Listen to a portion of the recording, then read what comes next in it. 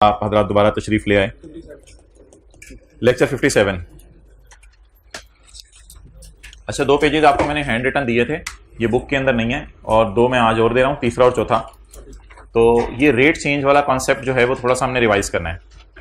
लेकिन ये जो रेट चेंज है ना, ये जनरल रेट चेंज हो रहा है। जैसे 32% से 30% हो जाए, 32% से 35% हो जाए, वो तो डिविडेंड का होता था ना, या इंटरेस्ट इनकम का, किसी एक खास इनकम का रेट चेंज होता था। अब ये रेट चेंज हो रहा है ओवरऑल जो बिजनेस का जनरल टैक्स रेट होता है। तो ये डिस्कशन बड़ी इंपॉर्टेंट है। चेहरा शरीफ आपने ऊपर रखना है, नहीं बूथा नहीं, बूथा कहना मुनासिब नहीं है, चेहरा शरीफ ऊपर रखें। बूथा उसका कहा जाता है जो बंदा टेंटिव ना हो। 2015 के साल में हमारा अकाउंटिंग प्रॉफिट है 420, टैक्सेबल प्रॉफिट है 220। मैंने सवाल को आसान रखा है, टैक्सेबल प्रॉफिट भी दे दिया है। 31/12/15 को कैरिंग अमाउंट है 2000 और 31/12/15 को टैक्स बेस है 1200 अगला साल। Accounting profit 400, taxable profit 300, PP carrying amount 1800, PP tax base 900। Balance in deferred tax account, deferred tax liability account as on 31/12/14 is ₹192। Okay, 15 का टैक्स रेट कितना है? 32%। और 16 का टैक्स रेट, ये जनरल रेट है या किसी स्पेसिफिक इनकम का रेट है? जनरल रेट है। अटेंटिव रहना है। क्या क्या आपने देखना है? आपने 3-4 चीजें देखनी है। नंबर 1, करंट टैक्स की वर्किंग में मैं क्या रेट यूज करूंगा, डेफर्ड टैक्स की वर्किंग में मैं क्या रेट यूज करूंगा, टी काउंट के अंदर मैं किन चीजों का ध्यान रखूंगा, रिकॉन्सिलिएशन के अंदर मैं किन चीजों का ध्यान रखूंगा, ये सारी चीजें आपने नोट करनी है। डेटा बड़ा आसान सा है। Okay, let's start. इसको ऐसे कर लेते हैं। ओके, अकाउंटिंग प्रॉफिट बोलें जी 420 और टैक्सेबल प्रॉफिट बोलें 220। तो ये अल्हम्दुलिल्लाह करंट टैक्स की वर्किंग आपको समझ आ गई। टैक्सेबल प्रॉफिट कितना हो गया? अटेंशन, कैलकुलेटर हाथों में हो। Taxable profit 220। टैक्स रेट बता दें 2015 का 32%। ये हाइलाइटर मेरा देखते रहे, 32%। डन 32%। तो ये करंट टैक्स हो गया। इसकी जनरल एंट्री बता दें, सीटी debit, CTP credit. Excellent. Carrying amount मुझे बता दें कितनी है? Tax base 1200। कैरिंग अमाउंट 2000 आ गई, टैक्स बेस 1200 आनी चाहिए थी। चलें कोई नहीं, आप भी मिटा लें, 1200 आनी चाहिए थी। टैक्स बेस 1200 आ गई। डन। डिफरेंस कितना आ गया? 800। रेट सारी गेम रेट की है। अटेंटिव रहने, सादा बातें हैं। रेट कितना? 32%। डन 32%। 800 पे 32%, कैलकुलेटर हाथों में 256। ओके, चलें जी।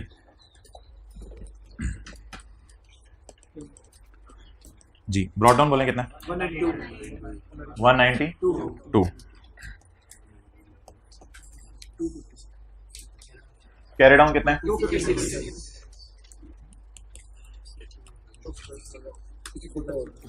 DT balancing 64। चलें, अल्लाह का शुक्र है नोट भी हमारा बन गया। देखें इधर, सीटी कितना? 70.4। DT total profit, accounting profit लेते हैं ना नोट में। अकाउंटिंग प्रॉफिट कितना? Tax rate 32%। टैक्स क्या रिकॉन्सिलिएशन मैच कर गई? अब कौन सा साल शुरू करूं? 16 का साल शुरू करते हैं। Let's start. 16 का साल, कुछ नोट करने की जरूरत नहीं। करंट टैक्स निकलवाएं जी, 16 के साल का current tax. Taxable profit 300। Tax अगले साल कितना हो गया? नजर आ रहा है सफेद पे? 25%। Tax at the rate of 25%, 75। Okay, ये करंट टैक्स हो गया। CT debit, CTP credit. Next, PP carrying amount, tax base. मुझे पता है ऊपर हेडिंग देनी है, deferred tax liability slash asset as on, लेकिन अगर ये भी अब मैं आज 19वें लेक्चर में आके बताऊंगा ऊपर ये हेडिंग देनी है, तो आपको भी शर्म सी आएगी कि तो हमें पता ही है कौन सी वर्किंग शुरू हो गई है। अच्छा जी, carrying amount 1800। Tax base, difference, TTD, rate 25%। कितना? 225। डन हो गया। अच्छा जी, अब आप मुझे ये बता दें कि ये मेरा कैरी डाउन आ गया। जो पिछले साल का कैरी डाउन है 15 का, वो कितना था? 256। देख रहे हैं, मिल गया 256। ये पिछले साल का कैरी डाउन था। हमारे साल का कैरी डाउन 225। अच्छा जी, अब एक अकाउंट डेफर्ड टैक्स का खुलवाना है आपने मुझे। डीटीएल पिछले साल का कैरी डाउन, इस साल का कैरी डाउन, कुछ याद आ रहा है? ये फिगर किस पे पड़ी है? 32 पे, और ये फिगर 25 पे। ओपनिंग क्या है? लायबिलिटी 7% से कम हो रहा है रेट, तो लायबिलिटी कम कर दो। ओपनिंग को पकड़ते हैं, क्लोजिंग को पकड़ते हैं? ओपनिंग को पकड़ते हैं। ओपनिंग को, बड़ी इंपॉर्टेंट डिस्कशन हो रही है। ओपनिंग को पकड़ते हैं। लायबिलिटी कम करना किस साइड पर? डेबिट साइड पर। किसको पकड़ें? 256 को। 256 को डिवाइड बाय, मल्टीप्लाइड बाय 7। अब डीटी बैलेंसिंग आ जाएगा कितना? 25। क्लियर हो गया? अब हम क्या बनाएंगे इसका? मुरब्बा, अचार। क्या बनाना है, मुरब्बा या अचार? नोट। नोट। इसका क्या बनाना है? नोट बनाना। नोट सीटी 75 रहने दो यार। अच्छा चलो ठीक है। डीटी कैलकुलेटर पकड़े। 56 और 25 को काटें। 56 और 25 को काटें। 31।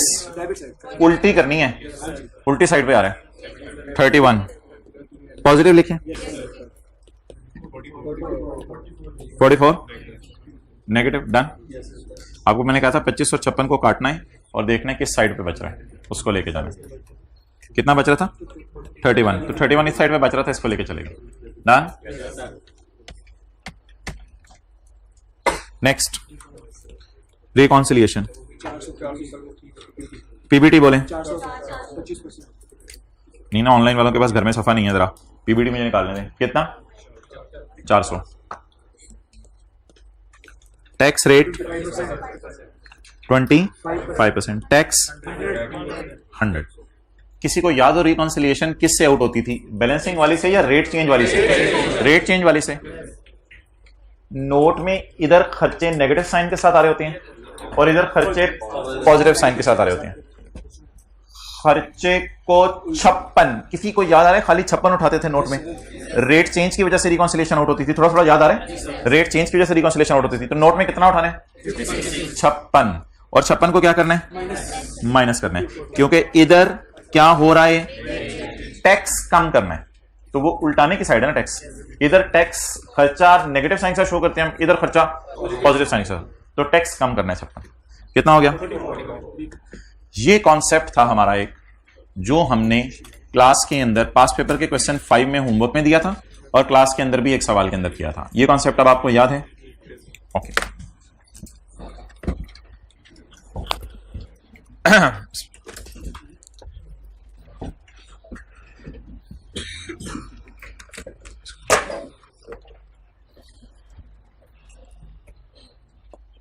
बम फटने लगा। क्या फटने लगा? बम फटने लगा।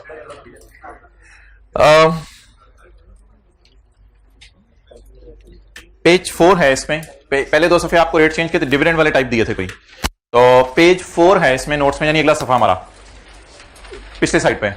इसमें एक सवाल में रिक्वायरमेंट लिखी हुई है, assume all the data is same as in question number 1 but the tax rate of 16 is announced on 25 दिसंबर 15। यार तूने मिस कर दी लाइन, मैं दोबारा पढ़ता हूं। But the tax rate of 16 is announced on 25 दिसंबर 15। ये सवाल पता है क्या है? ये सवाल का कॉन्सेप्ट ये है कि मुझे 15 में, पिछला जो सवाल मैंने कराया, मुझे 15 में पता था मेरा रेट 32 है और सवाल में कुछ नहीं लिखा हुआ था, तो मुझे इल्हाम नहीं था कि 16 का रेट कितना है। सवाल वाले ने बताया हुआ था, मुझे 15 के एंड पे नहीं पता था। सवाल वाले ने तो बताना ही था रेट। ठीक है, तो पिछला सवाल क्या था जिसमें सवाल खामोश था? जब सवाल खामोश हो तो हम क्या एज्यूम करेंगे कि मैं 15 में खड़ा हूं, तो मुझे 15 के अंदर तो 15 का रेट ही पता था, और 16 का रेट मुझे 15 में पता चल गया था या 16 में जाके पता चला होगा? 16 में जाके पता चला होगा। इसलिए मैंने ओपनिंग्स को क्रिएट कर दिया था कितने पे? 32 पे। ओपनिंग्स को 16 के साल की बात कर रहा हूं, ओपनिंग्स को 32 पे क्रिएट कर दिया था, तो वो मिसमैचिंग हो गई थी, तो उस मिसमैचिंग को रिमूव करना पड़ा था। अब इस सवाल में क्या होने लगा बोले? इस नहीं अगले सवाल में क्या होने लगा? मुझे 31 दिसंबर 15 से 6 दिन पहले पता चल गया क्या कि अगले साल का रेट क्या है। मैंने डिविडेंड में भी आपको बताया था, बाकी चीजों में बताया था। अगर इस साल खड़े होकर अगले साल का रेट पता चल जाए तो आपने जो डेफर करके टैक्स देना है वो तो डेफर करके बाद में देना है। तो अगर इसी साल रेट पता चल जाए तो कौन सा रेट यूज कर लें? अगले साल का रेट यूज कर लें। ये बात याद आ रही है? अगले साल का रेट यूज कर लें। ओके चलें जी, सारा डेटा सेम है। फर्क क्या है कि मुझे रेट कब पता चल गया? 25 दिसंबर 15 को। अब मैं आपके सामने जब सवाल सॉल्व करने लगाऊं, ये मैं व्हाइट बोर्ड पे सॉल्व करूंगा। अब मैं जब आपके सामने सवाल सॉल्व करने लगाऊं तो क्या मैं क्वेश्चन 1 खोल के रखूं या 2 खोल के रखूं? और 2 में 4 डालने, 2 में तो कोई लाइन लिखी नहीं हुई। हाँ 2 में एक लाइन लिखी हुई है, वो मैं इधर लाके लिख लेता हूं। वो क्या है? वो क्या लाइन है? Tax rate of 16 is announced in 15। इस तरह की लाइन लिख लेता हूं ना बस खाली, इज अनाउंस्ड इन 15। 16 का रेट मुझे कब पता चल गया? अगर सवाल साइलेंट होगा तो हमें नहीं पता होगा फिर, लेकिन अगर सवाल बता रहा होगा तो फिर ठीक है। अब शुरू करते हैं वर्किंग्स एक एक करके। रजिस्टर निकाल लें। ये वाला सवाल नोट करें। पिछला क्यों नहीं मैंने नोट करने दिया था? इसलिए कि वो कॉन्सेप्ट आपको पहले दिया हुआ है। चलें जी, बिस्मिल्लाहिर्रहमानिर्रहीम। पहले 15 का सवाल सॉल्व करूं या 16 का? 15 का। 15 का टैक्सेबल प्रॉफिट 220।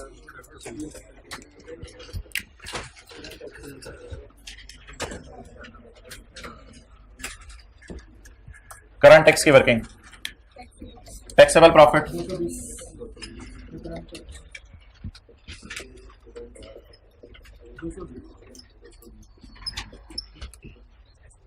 अच्छा मुझे ये वैसे बता दें कि 15 में फिलहाल मैंने हुकूमत को कितना टैक्स देना है इस साल?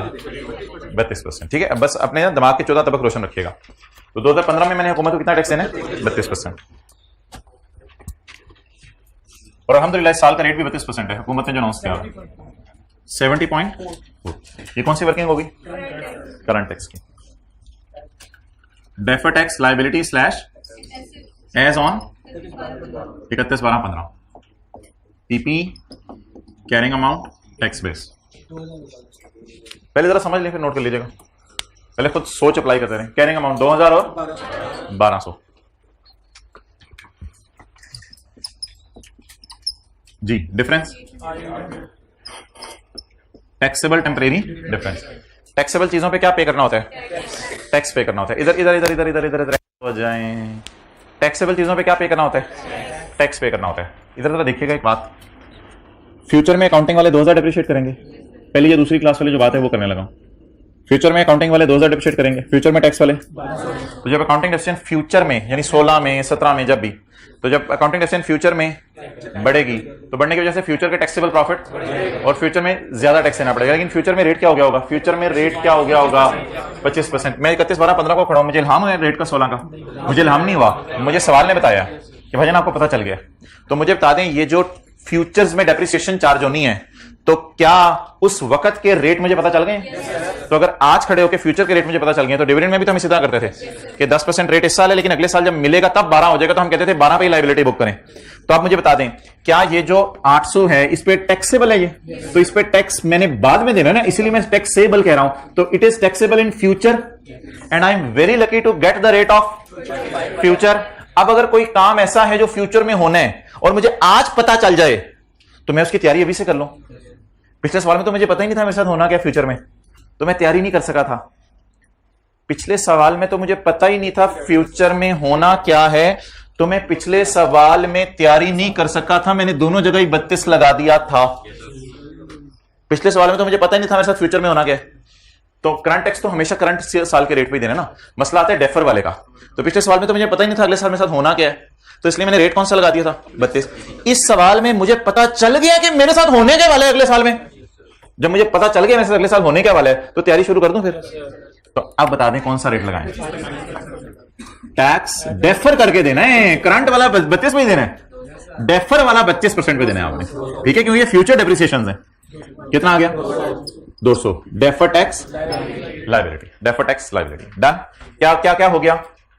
करंट टैक्स की वर्किंग हो गई और डेफर टैक्स की वर्किंग हो गई। अब क्या बनाने अगला काम? डेफर टैक्स का टी कॉम। यहां तक नोट कर लें, फिर मैं डेफर टैक्स का टी कॉम बनाता हूं।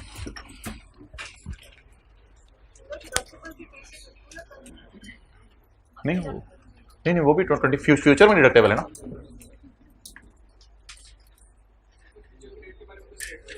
स्टेटमेंट होगी सवाल में, बड़ी बड़ी करके स्टेटमेंट लिखी होगी। फ्यूचर के रेट के बारे में कुछ स्टेटमेंट लिखी होगी कि हमें पता चल गया है।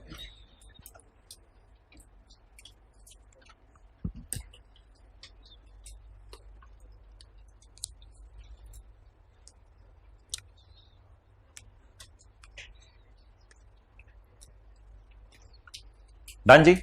चेंज क्या है? चेंज अभी तक मुझे बता दें कि सॉल्यूशन के अंदर मैंने छोटी सी चेंज क्या की है। सॉल्यूशन के अंदर मैंने ये 25% क्या किया है? चेंज किया। बस ये 25% मैंने चेंज किया। बाकी सॉल्यूशन अल्लाह का शुक्र है वही वाला चल रहा है सारा। करंट टैक्स याद रखिएगा, करंट ईयर के रेट वही देना है आपने। सवाल है डेफर करके जो देने वो किस पे देने हैं। तो अल्लाह का शुक्र है अगले साल का रेट पता चल गया था, तो जब मैंने डेफर करके टैक्स देना है तो फिर अगले साल के रेट के ऊपर ही कैलकुलेट कर लेता हूं मैं। ओके, अब मुझे बताएं मेरा ब्रॉड डाउन सवाल में अवेलेबल है या मुझे यहां से निकालना पड़ेगा? सवाल में अवेलेबल है। सवाल में कितना है? 192। 31/12/14 का कैरी डाउन है ना, तो यकम जनवरी 15 का क्या बन जाएगा? Brought down. यकम जनवरी 15 ब्रॉड डाउन 192। असल में ये 31/12/14 वाला है। एक मैं आपसे सवाल पूछने लगा हूं कि 15 का रेट 32% है, 16 का रेट 25% है। ये तो भाईजान 14 में कैलकुलेट हुआ था ना, तो 14 में क्या रेट था? ये मेरा आपसे सवाल है। एक्सलेंट, 32%। नहीं सवाल साइलेंट, तो फिर पिछले साल भी 32 होगा, उससे पहले भी 32 होगा। तो माना कि 14 का रेट सवाल में नहीं दिया हुआ, लेकिन ऑब्वियसली अगर 15 में 32% रेट है तो 14 में अगर सवाल नहीं बता रहा तो कितना है? 32% रेट है। ठीक है जी। अब मुझे ये बता दें कि ये मेरा बीडी किस पे पड़ा हुआ है? ओ बीडी, ये बीडी 31/12/14 को कैलकुलेट हुआ था। किस पे पड़ा हुआ है? 32 पे। और सीडी किस पे कैलकुलेट किया मैंने? 25 पे। 31/12/15 कैरी डाउन 200। ये किस पे? 25 पे। क्लियर? अब आपने बीडी को नहीं छेड़ना। अब आपने किसको छेड़ना है? सीडी को छेड़ना है। और सीडी से पूछना है अगर तू 32 पे होता तो कितना होता। अब आपने बीडी को नहीं छेड़ना, अब आपने किसको छेड़ना है? सर सीडी को कब छेड़ा करेंगे? मैं बताता हूं कब छेड़ा करेंगे। सीडी को उसको छेड़ा करेंगे जब हमारे साल पता चल जाए कि अगले साल का रेट कितना है, तो फिर किसको छेड़ा करेंगे? सीडी को छेड़ा करेंगे। अच्छा, सीडी को छेड़ने का तरीका क्या है? सीडी के पास आके हाथ होगी, ये तो नहीं तरीका सीडी को छेड़ने का। सीडी किस पे पड़ा है? अच्छा, इसमें अब में लाइबिलिटी है, एसेट है, बढ़ाना है, कम करना है, इन चक्रों में नहीं पड़ा। मैं आपको एक शॉर्टकट बताने लगा, छोटा सा शॉर्टकट। आप ही इंशाल्लाह 100% बच्चा सेम जवाब सही जवाब देगा। इस सीडी को मैं बीडी से मैच करवाने के लिए इक्विवेलेंट चाहता हूं कि रेट चेंज की वजह से फर्क कितना आ रहा है, बस मैं ये निकालना चाहता हूं। तो सीडी को बीडी से मैं मैच कराना चाह रहा हूं क्योंकि इस वक्त मिस मैचिंग है। तो मिस मैचिंग के लिए यहां किसको छेड़ा करेंगे? सीडी को छेड़ा करेंगे। जब क्या होगा? हमारे साल खड़े होकर अगले साल का रेट पता चल जाएगा, तो किसको छेड़ा करेंगे? सीडी को छेड़ा करेंगे। अब सीडी को छेड़ने का तरीका क्या है? इस 25 को मैं 32 जैसा करना चाहता हूं, तो बता दें 25 को अगर मैं 32 पे लेके जाना चाहता हूं तो इसमें 7 का इफेक्ट डालूं। क्या 7 का इफेक्ट इधर डालूं तो ये 32 हो जाएगा, या 7 का इफेक्ट ऑपोजिट साइड पे डालूं तो ये 32 हो जाएगा? कितने लोग कह रहे हैं इधर डालें 7 का इफेक्ट? एक्सेलेंट। जब इधर डालेंगे 7 का इफेक्ट तो 25 जमा 7 32, ये भी 32, ये भी 32। अब मैचिंग हो जाएगी या मिस मैचिंग हो जाएगी? तो अब ऐसे ना सोचें कि कैरी डाउन क्या है, रेट कम हो रहा है या बढ़ रहा है, इस तरह ना सोचें। सादा सी बात मुझे बताएं, what is here? 32। What is here? 25। 25 को मैं चाहता हूं 32 के टक्कर पे आके खड़ा हो। अब 25 को अगर मैं 32 पे लेके जाना चाहता हूं तो 25 को 7 से जो इफेक्ट देंगे, किस साइड पे इफेक्ट देंगे, दोनों आपस में मुकाबले में आ जाएं। तो 25 को इधर लिख दें। और अगर ये होता 24 और इधर होता 25 और मैं 25 को 24 जैसा करना चाहता हूं, कम ज्यादा ना बोलें, मैं 25 को फिर 24 जैसा करना चाहता हूं, तो इधर तो 1 लिख दूंगा तो ये तो 26 हो जाएगा, फिर इस साइड के ऊपर लेके आएंगे। क्लियर हो गया? तो ये बड़ी आसान सी चीज थी, इसमें परेशान होने की जरूरत नहीं। कितना थी? 32। आप चलें जी, इस 200 को छेड़ें, इस 200 को छेड़ें। असल में ना ये जो फिगर है ना, ये वाली एंड पे इंशाल्लाह हमें हेल्प करेगी। ये क्यों हेल्प करेगी? इतने से ना नोट आउट हो रहा होगा, तो ये फिगर हमें एंड पे हेल्प करेगी। ये रेट चेंज वाला इफेक्ट मैं निकालने लगा हूं। बोलें जी 200 कैरी डाउन को छेड़ना है, छेड़ो, इसको छेड़ना है। अच्छा जी 200 किस पे पड़ा है? मैं लेके जा रहा हूं 32 पे, तो 32 से मल्टीप्लाई ना करें, ये तो पता नहीं कहां पे पहुंच जाएगा, फिर इसको उतारना भी मुश्किल होगा। इसको 7 से मल्टीप्लाई करें, ताकि ये 32 पे पहुंच जाए 56। अब आपका जो डीटी वगैरह बैलेंसिंग है पुराने तरीके से जो आता है वो कितना है 64। अल्हम्दुलिल्लाह पूरा कंप्लीट हो गया। नोट आपने खुद बनाना है। नोट, अच्छा ये लाइन आपने लिख ली नहीं है? लिख ली है। जब हमारे साल अगले साल का रेट पता चले तो कैरी डाउन को छेड़ना है, मेहरबानी। जब हमारे साल अगले साल का रेट पता चले तो किसको छेड़ना है? कैरी डाउन को। नोट अल्हम्दुलिल्लाह बनाएंगे, आपको टैली करेंगे नोट।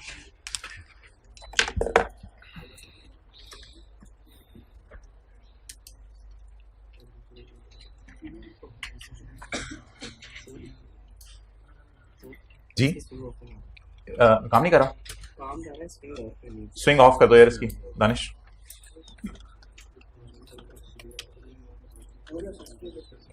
नोट टैली करके कितने लोगों का हाथ खड़ा करें? Well done.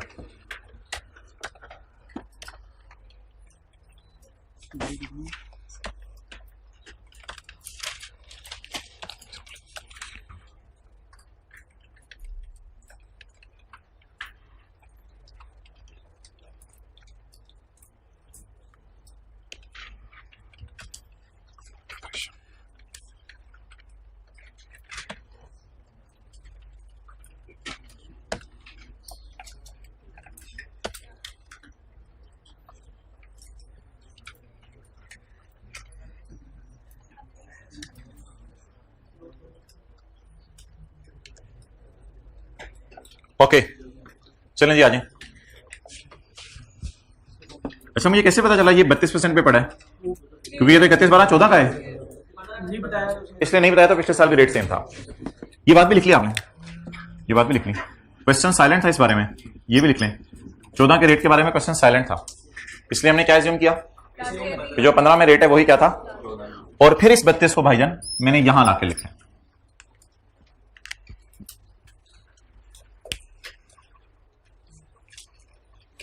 अच्छा ऐसी चीजों में परेशान ना हुआ करें। कोई बेचारा बीडी को छेड़ के आ जाएगा तो क्या होगा, उसको कोई एक नंबर कट जाएगा, इससे ज्यादा क्या हो जाएगा। तो इसलिए मेन सवाल के कॉन्सेप्ट्स के ऊपर रहें। नई चीजें आया करें तो ये ना सोचा करें कि ये क्या हो गया। अच्छा जी नोट बनाए जी। सीटी डीटी, सीटी कितना 70.4। हम वैसे कितने अकलमंद हैं, हमने पहले से ही तैयारी कर लिया कि अगले साल रेट कितना होगा 25%। तो हमने पहले से ही 25% के ऊपर लाइबिलिटीज रिकॉर्ड की हैं। ये यहाँ यार कैंसिल करना पड़ता है 64 और 56। तो जब कैंसिल करेंगे तो इस साइड पे 8 आ जाएगा। तो ये तो खर्चा रिकॉर्ड करने वाली साइड है, और इधर खर्चे रिकॉर्ड हम नेगेटिव साइन के साथ करते हैं। 8 आ गया, ये 7.1 हो गया नोट का हिस्सा। 7.2 रिकॉन्सिलेशन, रिकॉन्सिलेशन। पीबीटी इस साल का मुझे सवाल से देखना पड़ेगा। पीबीटी होता है अकाउंटिंग प्रॉफिट या टैक्सेबल प्रॉफिट, वो कितना है साल का? नहीं हाँ ऊपर 420। अजीब फिगर है भाईजान। रिकॉन में इस साल का रेट उठाना है, रिकॉन में कोई बोंगी नहीं मारनी है, इस साल का अपना रेट उठाना है। कितना रेट है इस साल का? 32%, 134.4। अब ये मैच नहीं करा 78.4 से, तो जो रेट चेंज वाली फिगर उल्टानी है इधर भी -56। तो रेट चेंज का इफेक्ट। अच्छा इधर खर्चे किस साइन से नजर आ रहे हैं? पॉजिटिव साइन के साथ। तो खर्चा उल्टाना है तो फिर नेगेटिव कर 78.4। आप कौन सा साल शुरू करें? 2016। यहां तक तो सबका सही हो गया था ना। 16 टैक्सेबल प्रॉफिट, करंट टैक्स जी कितना 300। और हमारे साल का रेट 25%। करंट टैक्स याद रखिएगा हमारे साल के रेट पे देना है। करंट टैक्स कभी भी अगले साल के रेट पे नहीं देना। कौन सा टैक्स अगले साल के रेट पे कैलकुलेट करते हैं? Deferred tax 75। आगे चलें जी। Deferred tax liability slash as on 31/12/16। PP carrying amount tax base 1800 और 900। डिफरेंस 900। अच्छा अब आप कहेंगे सर अगले साल का रेट बताएं। सवाल नहीं बताया यार, मैं क्या करूं? अगले साल का रेट बताएं, सवाल नहीं बताया तो बस 25% पे करूं जी।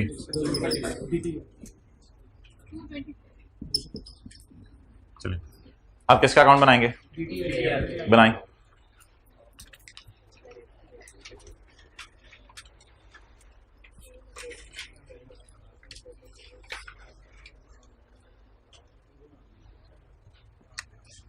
DTL का account brought down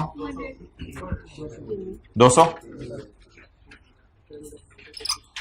carry down. लेकिन एक छोटा सा काम कर लें, जरा थोड़ा सा काम कर लें।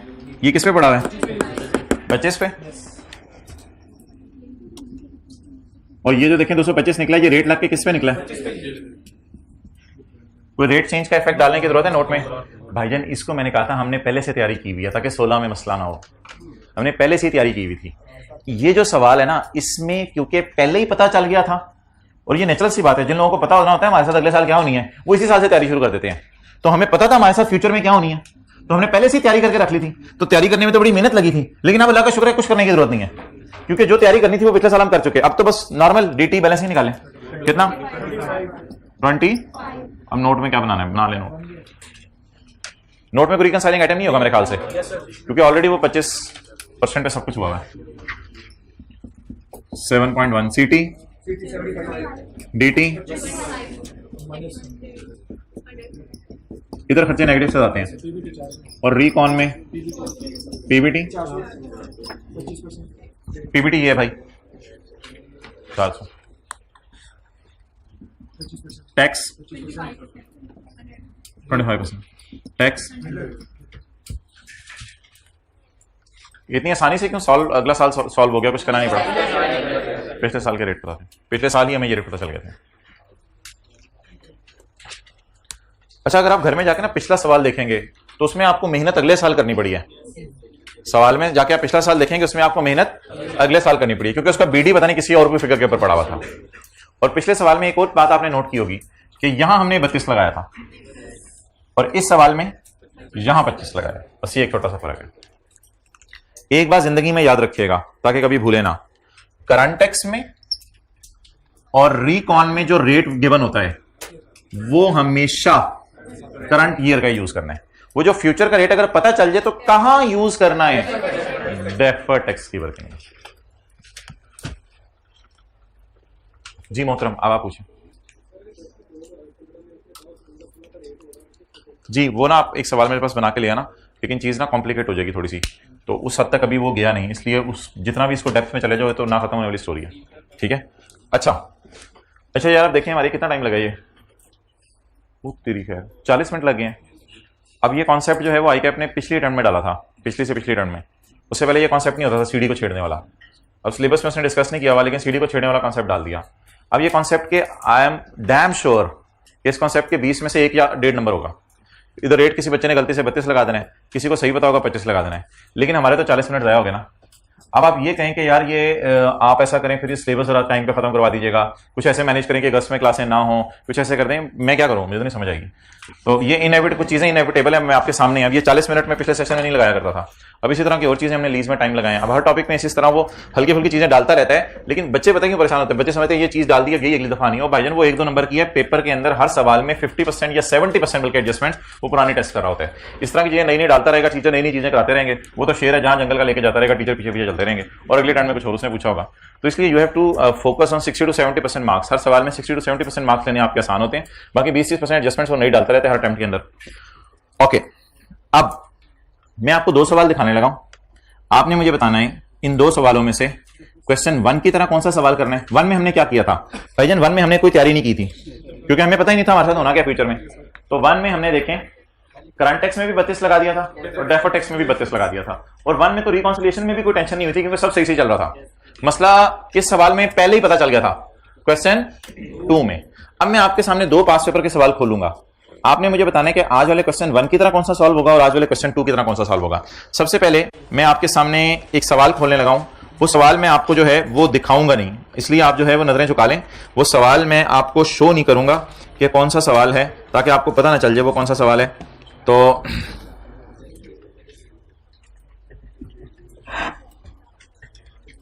जब मैं टिल फर्दर ऑर्डर्स, आंखें नहीं खोली आपने, चलें जी आंखें खोल लें भाईजान। आंखें खोल लें और आंखें चुंदी आ गई हैं।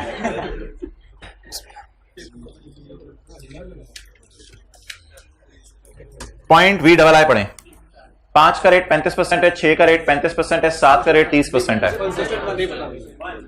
ये क्या मतलब, हमें 5 का रेट 5 में पता था और 5 में 6 का रेट नहीं पता था और 6 में जाकर 7 का रेट नहीं, इसलिए क्वेश्चन 1 के तरीके से सॉल्व करेंगे या 2 के तरीके से?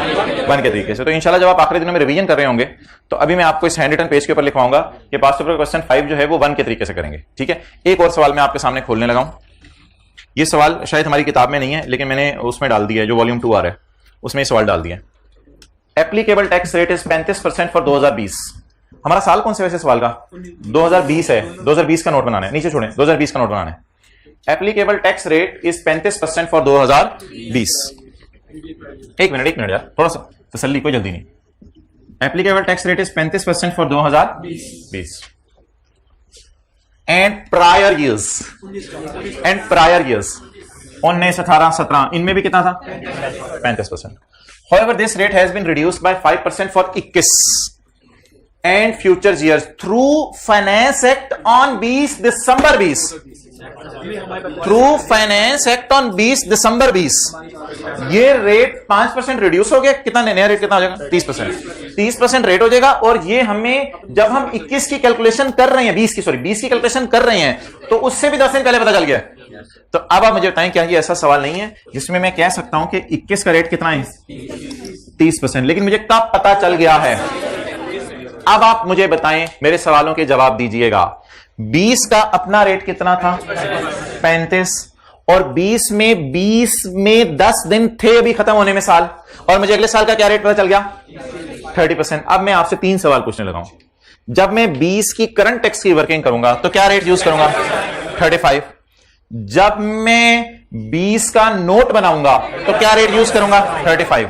जब मैं 20 की कैरिंग अमाउंट और टैक्स बेस वाली वर्किंग करूंगा तो सारे डिफरेंसेस पे क्या रेट लगाऊंगा? 30%। और ये सवाल इंशाल्लाह मैं किसी दिन आपको क्लास में करवाना है, इसने एक्स्ट्रा क्लास में बुला के। ये भी कोई पास पेपर का एक सवाल है पिछले से पिछले टाइम का। तो ये 30% हो गया, डन हो गया। क्योंकि छोटे सवाल में चीज समझ आ जाती है, आप कहते हैं बड़े सवाल में चलिए वो तरीफ है यार, ये बड़े सवाल में कैसे जाती है छोटी वाली चीज। तो अब आप मुझे बता दें करेंगे क्या। अब जो हमारा डेफर्ड टैक्स अकाउंट बनेगा, सोचे जो डेफर्ड टैक्स अकाउंट बनेगा 2020 का, इसमें 1 जनवरी जो 20 होगा, थोड़ा हिम्मत करके, वेल डन 1 जनवरी 20 तो 19 वाला रेट होगा। तो 19 का रेट कितना है? 35%। तो ये 1 जनवरी 20 वाली फिगर जो भी ब्रॉड डाउन होगी ये 35 पे पड़ी होगी। और 20 का अकाउंट बनाते हुए जब मैं 31/12/20 की कैलकुलेशन करूंगा तो वो मैं फ्यूचर का रेट पता होने की वजह से 30 पर करूंगा, तो ये फिगर 30 पे पड़ी होगी। और ये हमारे साल खड़े होकर अगले साल का रेट पता चल गया तो कैरी डाउन को छेड़ेंगे। चलें इस बात को भी होल्ड पे डाल देते हैं, किसी दिन ये सवाल इंशाल्लाह क्लास में करेंगे। तो ये बस क्वेश्चन 1 और 2 आपने जाके ना हाथ से करना है। क्वेश्चन 1 और 2 हाथ से करना है आपने जाके। ये पेज नंबर नहीं है, ये नया वॉल्यूम आने दो फिर इंशाल्लाह पता चलेगा। वॉल्यूम 2 में पास्ट पेपर के नाम से एक सवाल है, जिन्होंने ऑनलाइन क्लासें लेट ज्वाइन की हैं उसमें आपको ये सवाल मिलेगा। लेकिन छोड़ें, अभी इस बहस में जाने की जरूरत नहीं है। चलें जी, IFRS 8 निकालें। हम 10-15 मिनट या 20 मिनट रोजाना, आज भी मैंने 20 मिनट सोचा था, 50 मिनट हो गए माशाल्लाह, 10-15-20 मिनट रोजाना IAS 12 भी करते रहेंगे। क्योंकि IFRS 8 छोटा सा स्टैंडर्ड है, 3 से 4 दिन में हमारा पूरा हो जाएगा, उतनी देर में वॉल्यूम 2 भी आ जाना है। IFRS 8 IAS 41 की इतना छोटा सा स्टैंडर्ड है। किधर है IFRS 8? इधर है, इधर किधर है?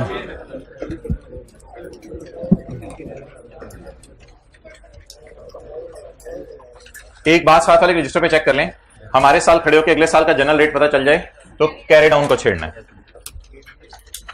ना छेड़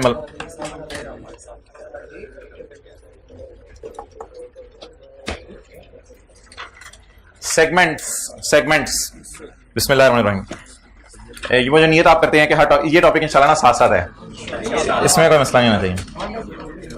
गोरमे, लाहौर वाले गोरमे जानते हैं, कराची वाले अगर गोरमे को नहीं जानते तो मैं साथ साथ बातें उनको बताता रहूंगा। लाहौर वाले गोरमे के बारे में जानते हैं। गोरमे के काम बताएं। बेकरी, बेकरी को बेकरी करो, ट्राई करो। आगे फर्नीचर,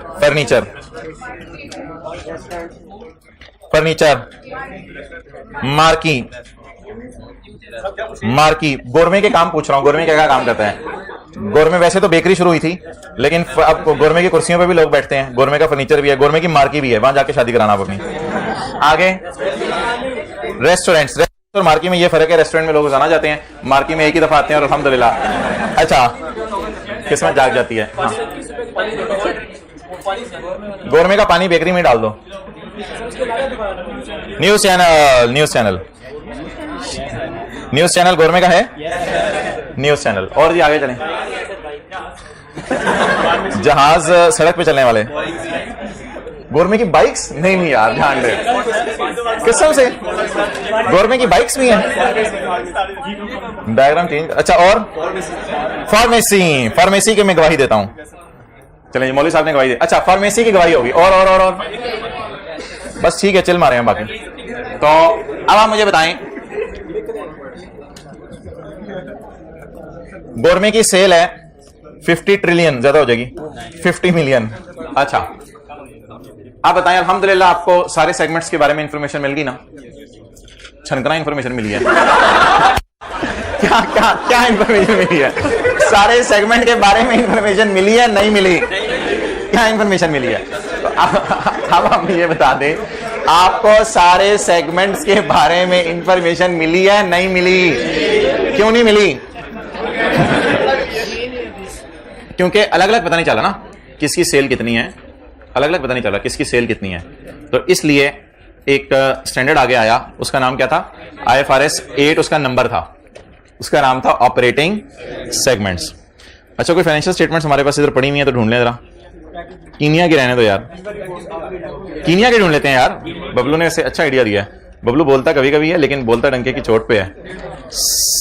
सेगमेंट, सेगमेंट रिपोर्टिंग, ओए होए होए,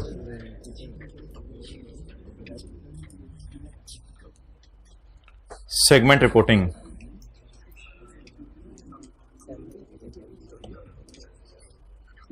ओए होए, सेगमेंट रिपोर्टिंग। ये लोग टी भी बेच रहे हैं, एवोकाडोस भी कुछ वो भी बेच रहे हैं, मैकेडेमिया भी बेच रहे हैं, फॉरेस्ट्री का भी काम है। ऑल अदर सेगमेंट्स कौन से होंगे? कुछ छोटे मोटे सेगमेंट्स होंगे जिनका जिक्र भी करना मुनासिब नहीं समझा इसने। ऑल अदर सेगमेंट्स, ठीक है। और ये कंसोलिडेटेड का क्या मतलब है? टोटल, सारे मिलके। तो ये किस स्टैंडर्ड की रोशनी में इन्होंने सेगमेंट रिपोर्टिंग की होगी? और यूजर को उसके प्रॉफिट्स भी बता रहे हैं, segment, other incomes, interest income, सारी चीजें यूजर्स को बता रहे हैं। ये नोटा होता है इंशाल्लाह, ये नोटा इंशाल्लाह हमने कल बनाना है। अच्छा, तो कोई नहीं, बस फिगर से ही खेलना होता है, बड़ा आसान सा नोट है इसका। तो ये जी सेगमेंट्स की ऑर्गेनाइजेशंस रिपोर्टिंग करती हैं, क्योंकि ऑर्गेनाइजेशंस के सेल को देख के या प्रॉफिट को देख के पता नहीं चलता कितनी सेल किस डिपार्टमेंट ने की और कितनी सेल किस डिपार्टमेंट ने की। ये क्वेश्चन नंबर 2 निकाल लें। बिस्मिल्लाहिर्रहमानिर्रहीम पढ़ के शुरू करते हैं। पहला हमारा आज का क्वेश्चन, प्रैक्टिस के क्वेश्चंस में।